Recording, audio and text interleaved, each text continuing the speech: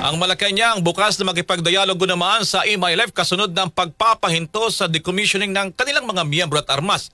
Kasama mo sa balita, Radyoman Chanel Salazar. Sean.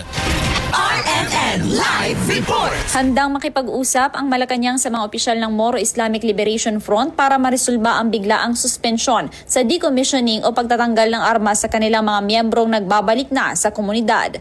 Kasunod ito na inilabas na resolusyon ni MILF Chairperson Alhaj Murad Ibrahim kung saan nakasaad na walang kahit isang miyembro ng kanilang pangkat ang sumailalim sa transition o nagkaroon ng produktibong pamumuhay. Ayon kay Palace Press Officer Claire Castro, bukas ang palasyo na maglabas ng ulat kaugnay sa mga ginawa ng gobyerno para sa maayos na panunumbalik sa komunidad ng mga MILF combatants.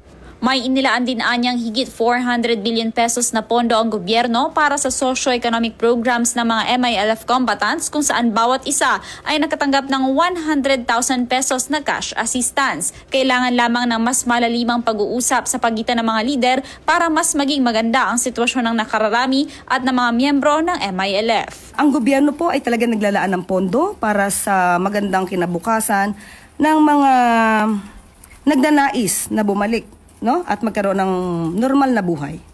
Katulad po nung sinasabi na 100,000 cash assistance po sa bawat combatant, MILF combatant, at meron din pong nakalaan at inilaan noon na more than 400 billion worth for the socio-economic programs. Hindi lang po yan. Marami pa po at alam naman po natin yan. So siguro lamang po ay mas kinakailangan pa ng mas malalimang pag-uusap para mas maging maganda ang kahinat na nito para din sa miyembro po ng MILF. Si Palace Press Officer Claire Castro, kasama mo sa DZXL RMN Manila, Radyoman Chanel Salazar, Tatak RMN.